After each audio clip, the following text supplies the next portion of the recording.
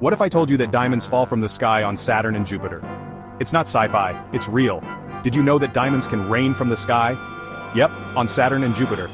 These gas giants have insane storms where lightning turns methane into carbon. That carbon then falls, hardens, and turns into graphite.